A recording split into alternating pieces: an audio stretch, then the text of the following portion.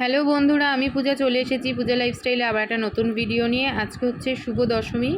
আর শুভ দশমীর ভিডিওটা যেতে কিন্তু অনেকটাই দেরি হয়ে গেল। ভিডিওগুলো এডিট করে ছাড়তে ছাড়তে আমার অনেকটা লেট হয়ে যাচ্ছে। সবাইকে জানাই শুভ দশমীর অনেক অনেক ভালোবাসা ও শুভেচ্ছা। তো বরণ করতে যাওয়ার জন্য দেখো রেডি হয়ে নিয়েছি। এবারে বরণ তো একটু দেরি করেই হয়েছে, মানে বিকেল সন্ধ্যের দিকে গেছিলাম বরণ করতে, আবার বিকেল 5টার দিকে নাকি একাদশী লেগে যাবে, সেই কারণে আবার তাড়াহুড়োও খুব ছিল। তবে খুব বেশি মণ্ডপটা ভিড় হয়নি, পরে রাতের দিকে অনেক ভিড় হয়েছিল।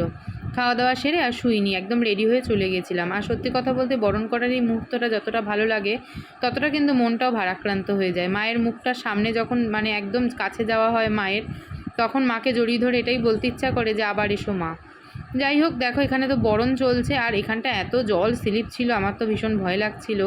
এদিকে গণেশ ভিডিও করতে করতে কি করে আমি বুঝি না, কখনো ফটো তুলতে বললে ভিডিও করে, ভিডিও করতে বললে ফটো তুলে নেয়।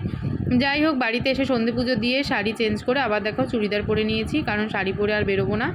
একটু কুর্তি পরেই নিয়েছি, তারপরে বেরোলাম বলতে আজকে সেরকম তো যাওয়ার কোথাও নেই। আমাদের এখানে বিরাটিতে একটা দারুণ প্যান্ডেল হয়েছিল, সেটাই ভাবলাম চলো একটু দেখে আসি, সবাই যাচ্ছে দেখতে, কিন্তু আমার আর দেখতে আসা হয়নি। আর এখানে এসে দেখছি ফাংশান হচ্ছে, তো খানিকক্ষণ দাঁড়িয়ে ফাংশানটাও দেখে নিলাম। মনা আর আজকে বেরোয়নি, আজকে আমরা দুজনেই এসেছিলাম। খুবই ভালো লাগলো, প্যান্ডেলটা যেরকম সুন্দর হয়েছে ফাংশনও সেরকম কিন্তু সুন্দর হচ্ছিল। এরকম পুজো মণ্ডপই কিন্তু ভালো লাগে, তাই না বলো? ফাংশন হবে, গান বাজনা চলবে। আর কীরকম লাগলো প্যান্ডেলটা তোমরা কিন্তু অবশ্যই জানিও। আমার তো খুবই ভালো লেগেছে, আমাদের এখানেও যে এত সুন্দর প্যান্ডেল হয় এটা ভেবে আরও বেশি ভালো লাগলো। চলো আজকের মতন টাটা, দেখা হচ্ছে একটা নতুন ভিডিওতে।